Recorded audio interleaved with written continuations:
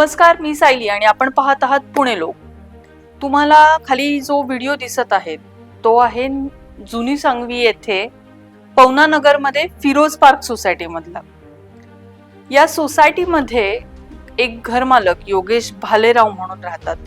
शेवटच्या मजल्यावर त्यांचा फ्लॅट आहे आणि एप्रिल महिन्याच्या काळामध्ये त्यांची आई कॅन्सरग्रस्त त्यांची आई ऍडमिट होती आणि त्याच पिरियड मध्ये त्यांच्याकडे एक भाडेकरू मुलगी आली, मला फ्लॅट हवाय म्हणून. आणि त्यांनी तिची कोणतीही खातरजमा केली नाही तशी की ती मुलगी कुठली आहे, फक्त बेसिक डिटेल्स विचारल्या. म्हणजे त्यांची आई आजारी असल्यामुळे त्यांनी त्या मुलीला जास्त एंटरटेन न करता डायरेक्ट त्यांना भाड्याने घर दिलं त्या मुलीला. त्या मुलीने डिपॉझिट ठरल्याप्रमाणे डिपॉझिट दिलं.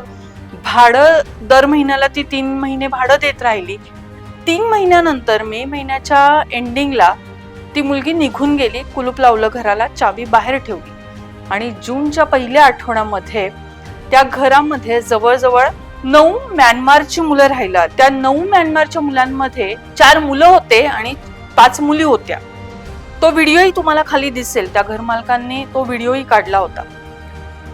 तर सुरुवातीला जेव्हा जून महिन्यानंतर ते राहिला, जून महिन्यात डायरेक्ट त्यांनी ते घराचं कुलूप उघडलं आणि 9 जण आतमध्ये प्रवेश केला. त्यांच्यासोबत कंटिन्यू 1 किंवा 2 पोलीस होते त्यांच्यासोबत आतमध्ये. त्या 9 मुलांना उमऱ्याच्या बाहेर सुद्धा कधी ते लोक आले नाहीयेत. कंटिन्युअसली पोलीस 8-8 तासांच्या ड्युट्या त्यांच्या लागत होत्या. कचरावाला जरी आला तरी त्या मुलासोबत मागणं पोलीस यायचे. हे सगळं प्रकरण चालू असताना जून एंडिंग जुलै महिन्यामध्ये घर मालकाच्या लक्षात आलं. त्यांना बिल्डिंग मधनं सांगितलं गेलं की तुमच्या फ्लॅटवर 2 पोलीस आणि 9 परदेशी मुलं राहत आहेत. म्हणून घरमालक त्या फ्लॅटवर गेले की काय प्रकार आहे म्हणून. तर तेव्हा स्पष्टपणे पोलिसांनी त्यांच्यावर आरोप केले, हे मुलं आमची नाही आहेत, ही मुलं तुम्ही स्वतःहून या फ्लॅटवर ठेवलेली आहेत. तर घरमालकाने हा प्रकार काय म्हणून जेव्हा ऍक्शन घेतली की बाबा हा प्रकार मी केलेला नाहीये आणि माझ्या घरामध्ये मी 9 मुलं ठेवलेली नाहीयेत, माझ्या घरामध्ये फक्त मी एकच मुलगी ठेवली होती आणि ती 2 महिने तिने भाडं दिलेलं नाहीये आणि शिवाय माझी आई आजारी असल्यामुळे मी तिला फोन लावत होतो तेव्हा तिचा फोन लागत नव्हता. या सगळ्या गोष्टी होत असताना पोलिसांनी बाजी पलटवली आणि पोलिसांनी त्यांच्यावरच आरोप करायला सुरुवात केली. हे सगळं सहनशक्तीच्या बाहेर गेल्यानंतर घरमालकाने कोर्टाचा दरवाजा ठोठावला. कोर्टाचा दरवाजा ठोठावला त्यावेळेस त्यांनी ऑर्डर काढली. कमिशनर ऑफिस मध्ये पण ती ऑर्डर गेली. माझ्या घरामध्ये माझ्या परवानगीशिवाय 9 परदेशी मुलं मुली राहत आहेत आणि याच्यावर काय ते ऍक्शन घ्या. तेव्हा कमिशनर ऑफिस मधनं सांगवी पोलीस स्टेशनला नोटीस टाकली गेली. त्याच्यामुळे सांगवी पोलीस स्टेशन मधनं घर मालकाला बोलवलं गेलं. जेव्हा कमिशनर ऑफिस पर्यंत हे प्रकरण गेलं तेव्हा त्या पोलिसांचा जो बोलण्याचा प्रकार होता तो कुठेतरी चेंज झाला आणि त्यांना सांगितलं की साहेब आमची ही गुप्त प्रोसिजर चालू आहे, गुप्त मोहीम चालू आहे, त्याच्यामुळे आम्ही ह्या सगळ्या गोष्टी डिस्क्लोज करत नाही आहोत. आणि जवळजवळ ही मुलं 5-6 महिने आता हा 9वा महिना चालू आहे, 9 ते 10 महिने झालं आम्ही आमच्या खिशातनं पैसे घालून यांना खायला प्यायला देत आहोत. यांच्या सगळ्या गोष्टींचं आम्ही स्वखर्चाने आम्ही सगळ्या गोष्टी यांच्या करत आहोत आणि ही आमची गुप्त मोहीम आहे, त्याच्यामुळे तुम्हाला सांगितलं गेलं नाही. इव्हन घरमालकांनी आम्हाला हेही सांगितलं की जेव्हा लाईट बिल मी भरलं नाही, मी मुद्दाम लाईट बिल भरलं नाही कारण हे लोक आता तरी फ्लॅट करतील जेव्हा लाईट येणार नाही, कारण त्यांच्याकडे गॅस शेगडी नव्हती, इंडक्शनवर त्यांचा स्वयंपाक चालू होता. परंतु पोलीस स्टेशननी महावितरणवाल्यांना सुद्धा मॅनेज केलं. अनधिकृतपणे त्यांनी वीज जोडणी करून पुन्हा एकदा ती वीज मीटर चालू केलं गेलं आणि ह्याचे सगळे धागेदोरे पुन्हा एकदा सांगवी पोलीस स्टेशनच्या अंडर येतात. जर बिल भरलं नाही तरी पण महावितरणवाल्यांनी त्यांना वीज जोडणी दिली कशी आणि कुठलं पोलीस स्टेशन असं आहे किंवा कुठले पोलीस असे आहेत की गुप्त मोहीम आहे आणि आम्ही स्वखर्चाने त्यांना 10 मुलांना सांभाळतो. का तर गुप्त मोहीम आहे. ही कुठली गुप्त मोहीम तुमची? जर तुम्हाला सरकारने गुप्त मोहीम तुम्हाला दिलेली आहे की बाबा आम्हाला सिक्रेट मिशन आहे किंवा तुमची गुप्त मोहीम आहे तुमच्या म्हणण्यानुसार, तर तुमच्याकडे नोटीस असतील.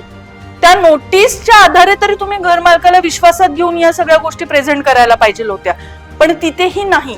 तिथेही तुम्ही घर मालकाला खोट्यात पाडलं. आणि जर आता 10 महिने झालं तुम्ही त्या गोष्टींना खत पाणी देत आहात आणि जेव्हा कुठे आता कमिशनर ऑफिस पर्यंत ही गोष्ट गेली आणि जेव्हा कुठे या गोष्टीला कुठेतरी तोंड फुटायला लागलं, तेव्हा तुम्ही आता हालचाल करून काल त्या 9 मधल्या 5 मुली काल गायब झाल्यात आणि असं सांगण्यात आलं पिंपरी चिंचवडला सुधारगृहात त्या मुलींना पाठवलं गेलं. तर त्या सुधारगृहात तुम्ही मुली पाठवल्या हे कशावरनं, याचे पुरावे काय आहेत तुमच्याकडे? आणि जर तुम्ही सुधारगृहात पाठवले मुलींना तर त्याच्या तुम्हाला ऑर्डर्स आलेल्या आहेत का? आणि जर ऑर्डर आलेले आहेत, जसं तुम्ही आज आम्हाला त्या 4 मुलांना मेडिकलसाठी पाठवायचं असं तुम्ही कारण सांगितलं, तसं त्या काल 5 मुलींच्या मेडिकलच्या ऑर्डर्स कुठे आहेत?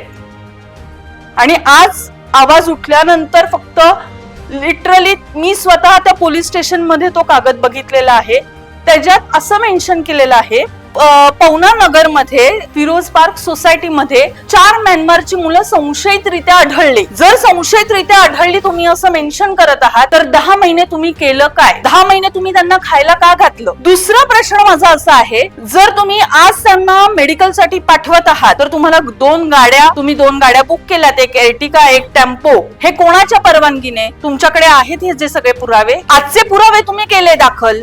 आज तुम्ही दाखवाल सगळ्यांना की आम्ही आज मेडिकल करणार आहोत, आज आम्हाला 4 मुलं सापडली, हे सापडली, पण तिथे त्या कागदावर लिहिलं कसं तुम्ही की 4 मुलं संशयितरित्या सापडली म्हणून? आणि त्या कालच्या 5 मुलींच्या प्रश्नांची उत्तरं देणार कोण? कुठल्या सुधारगृहात त्यांना पाठवलं? आज मला सांगत आहात की त्यांना सुधारगृहात पाठवलं. कालपर्यंत तिथे त्या घरमालकाला सांगितलं आम्ही दुसऱ्या फ्लॅटवर त्या मुलींना पाठवलंय आणि तुमचा फ्लॅट आता 2 दिवसात आम्ही तुम्हाला खाली करून देऊ. आणि तिथले जे बिल्डिंग मध्ये राहणारे लोक सुद्धा हेच म्हणत आहेत, 9-10 मुलं मुली तिथे होते, त्यांच्यासोबत 2 पोलीस कंटिन्युअसली असायचे. तर हा प्रकार काय? म्हणजे जिथे आपण ज्यांच्याकडे आपण संरक्षण मागायला जातो हेच पोलीस असे ढिसाळ कारभार करत असतील, कुठल्या तरी म्यानमारच्या राजकारणी लोकांच्या अधीन होऊन हा सगळा प्रकार असा चालत असेल.